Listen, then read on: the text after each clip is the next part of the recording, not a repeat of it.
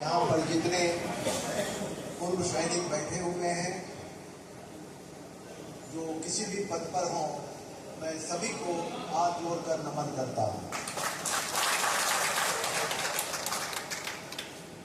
मुझे यह पहला मौका मिला है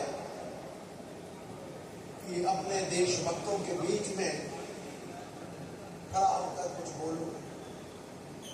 मैंने अपने जीवन काल में सैकड़ों सिंपोजियम, सेमिनार और ऑर्गेनाइजेशन को एड्रेस किया है। मुझे मौका मिला इस मिथिलांचल में 3 साल लगातार कार्य करने का।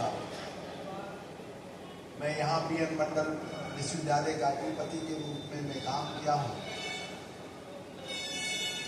और जब मुझे यह पता चला, यहाँ के प्राचार्य महोदय जो संजोग से मेरे विद्यार्थी भी हैं, उन्होंने कहा कि सर, हम चाहते हैं कि आप इस सम्मेलन में शरीक हों।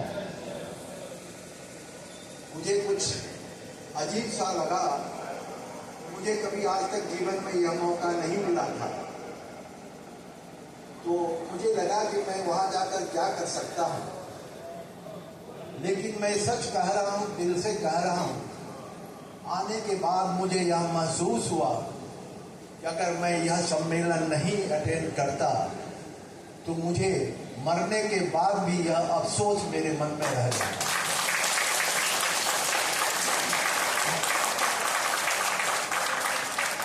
आज के इस कार्यक्रम में यहाँ पर उपस्थित हमारे लेफ्टिनेंट जनरल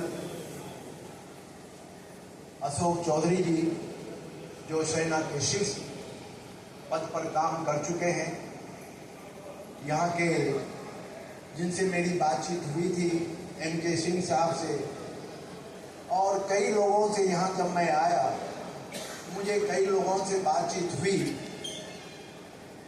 सभी का यहाँ से मैं नाम लेना नहीं चाहता हूँ, इसलिए कि सभी मेरे लिए सम्मानित हैं और हृदय से मैं सभी का सम्मान आज कर पा रहा हूं। यह मेरा सौभाग्य है।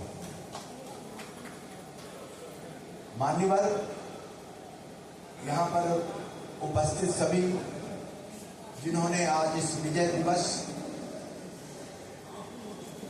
को मनाने के लिए यहाँ पर उपस्थित हुए हैं, जो 1971 वार से रिलेटेड है, और आज का दिन ही 16 दिसंबर है, जब हम लोगों ने बांग्लादेश पर विजय पाया था, और उसको विजय दिवस के रूप में मनाया जा रहा है।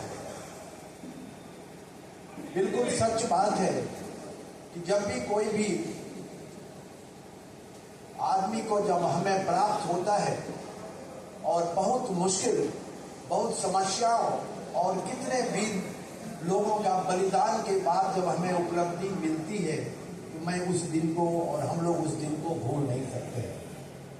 इसलिए आज का जो दिन है, विजय दिवस 16 दिसंबर, ये 1971 वार के बाद इसको लोग मनाते चले आ रहे हैं, और इतने लंबे दिनों तक और आज तक उतने ही उत्साह से मना रहे हैं। सचमुच में यह काबिल तारीफ है। मैं हृदय से सारे लोगों को धन्यवाद देता हूँ। कितने दिनों के बाद भी आज भी वही जज्बा है, आज भी वही जुनून है और वही इच्छा है, और सभी लोग मिलजुल कर इस विजय दिवस को संपन्न कर रहे हैं और मना रहे हैं। आज के तारीख में सबसे अच्छा मैं सौरभ जायसवाल, स्नेह आर्या जी और उनके टीम को भी बधाई देना चाहता हूं कि आपने सोने में सुहागा का काम किया। इस अच्छे आयोजन में अपने मधुर गीत के माध्यम से सभी लोगों को प्रसन्न कर दिया। इसलिए सभी के तरफ से मैं आप लोगों को साधुवाद देता हूं और भगवान से प्रार्थना करता हूं कि आगे इसी तरह मिथिलांचल का और इस एरिया का नाम रोशन करते हैं। लोग कहते हैं कि सेना में जो लोग रहते हैं उनकी उम्र भी लंबी होती है, और वह देखने को आज मुझे यहाँ मिल गया कि जो 1971 के वार में थे और आज जो लोग यहाँ पर आए मैं समझता हूँ कि सचमुच में वो भाग्यशाली हैं और उन्हें सेना में काम करने का मौका मिला। जिंदगी भी लंबी हुई और दूसरों के लिए एक मानक बनकर तैयार हो गया है कि अगर सेना में आओगे तो लंबी जिंदगी पाओगे, प्रसन्न होगे और खुश रहोगे। इसलिए आने वाला जनरेशन जो कि अब सैन्य में जाने के लिए इग्नोर करता है, उनके लिए बहुत बड़ी सीख है कि यहाँ पर देखिए सभी लोग आए हुए हैं और अभी भी मैं समझता हूँ कि कुछ लोग तो 80s के ऊपर थे, 90 के करीब थे, उनको भी जो सम्मानित किया गया। और यह सबसे बड़ी खूबी है इस विजय दिवस की और यह कार्यक्रम जिन्होंने आयोजन किया है उनका। मैं आप लोगों को एक चीज और बताना चाहूँगा कि इस कॉलेज में जब मैं यहाँ 3 साल था, वैसे मैं थोड़ा सा अपनी बात आपके साथ रखना चाहता हूँ, क्योंकि सेना की बात है, सेना के पदाधिकारियों की बात है। मुझे याद है जब एमएससी हमने किया था 1972 में, याद करिए 1972, उस समय लोग अच्छे नौकरी की तलाश में रहते थे। हमने एमएससी किया था तो पहला अटेम्प्ट मेरा भी सेना में जाने का ही था और मेरा सिलेक्शन भी हो गया था। हजारीबाग में इंटरव्यू के क्रम में कुछ बातें हुई होंगी जो हम वहां से छट गए और आज वो छट गए। अगर हम उसमें रहते तो हम अपने आप को अधिक भाग्यशाली मानते और आप लोगों के बीच में अच्छे ढंग से हम प्रस्तुत होते।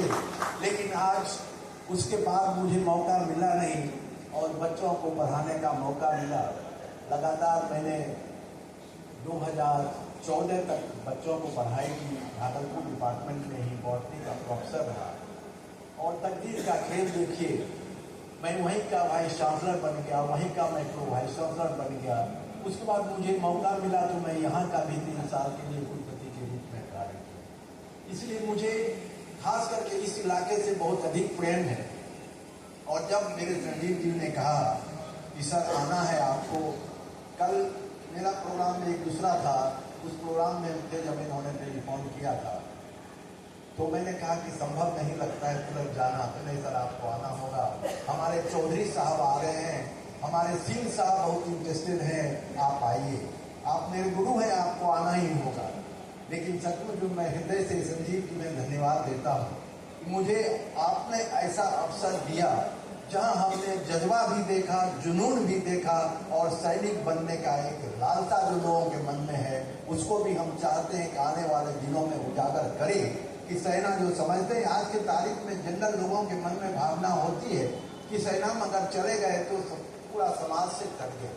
और यहाँ देखने के बाद लगता है कि सेना में जो गए वही समाज से जुटे हुए हैं, सेना में नहीं गए वही समाज से कटे हुए हैं। अभी आपके कुछ लोगों में वक्ताओं ने यहाँ कहा, मुझे सचमुच में बहुत हार्दिक खुशी है। मुझे एक मौका मिला, चौधरी साहब आपसे भी मेरी बातचीत हुई, आपका एडमिनिस्ट्रेशन अलग है, हम लोगों का एजुकेशन में जो है अलग है, तो थोड़ी सी असमानताएं तो हैं, लेकिन दिल में प्रेम, जज्बा और जुनून जब है तो हम लोग ऐसे ही मिलते रहेंगे। फिर कभी भगवान मौका दिया, सिंह साहब की कृपा हुई तो फिर हम लोग जो है दोबारा मैं सचमुच में रोमांचित हूँ, इसलिए बहुत समय नहीं लेना चाहूँगा, लेकिन मैं जरूर इतना कहूँगा कि आप लोगों ने जो हमने देखा ऐसे एजुकेशनिस्ट में ऐसा नहीं होता है। अभी हाल में ही हम इंडियन माइकोलॉजिकल सोसाइटी है जिसकी चीफ गेस्ट में कलकत्ता गया था 5 दिन पहले, लेकिन और उसके अलावा कई सम्मेलन हमने अटेंड किया, यहाँ विदेशों, यहाँ वहाँ सभी जगह। जब भी हमने देखा तो लोगों में सिर्फ इतनी ही बातें होती थी कि वो आए, अपना पेपर को प्रेजेंट किया, आपने उसे सुना या ना सुना, कुछ क्वेश्चन किया ना किया, हो गया, कहानी खत्म।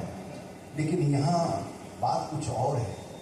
हमेशा जो भी लोग बात कर रहे हैं दिल से दिल की बात करते हैं। ये नहीं है कि सिर्फ हमको यहाँ आए हैं और बोलना है, बोलकर चले गए, ऐसा नहीं। यह देखकर मुझे सचमुच में बहुत अच्छा लगा और उद्घोषक महोदय ने बड़े अच्छे ढंग से अपना काम को निभा रहे हैं ये और अच्छे ढंग से ये उद्घोषण भी करते हैं। और साथ साथ मैं कहूँगा स्नेह Arya is just like my grandson. स्नेह आर्या ग्रैंडसन है और उसकी और पहले भी मैंने सुना है। और आज जो सौरभ जी के साथ, यशपाल जी के साथ जो उनका हमने देखा, मुझे सचमुच में बड़ी खुशी हुई कि कितना डेवलपमेंट हो रहा है। फादर प्रिंसिपल हैं, टीचिंग में है, और बेटा जो है गाने में है, और ऐसा गाना, इतना अच्छा गाना जिसका कि एड भी हमने देखा। एक तो जो ये है गाने वाले, उन्होंने एड दिया, नामी ग्रामी, वो भी गजल गाने वाले हैं, उन्होंने भी एड में दिया। तो सचमुच में यह देखकर मुझे बड़ा अच्छा लगा।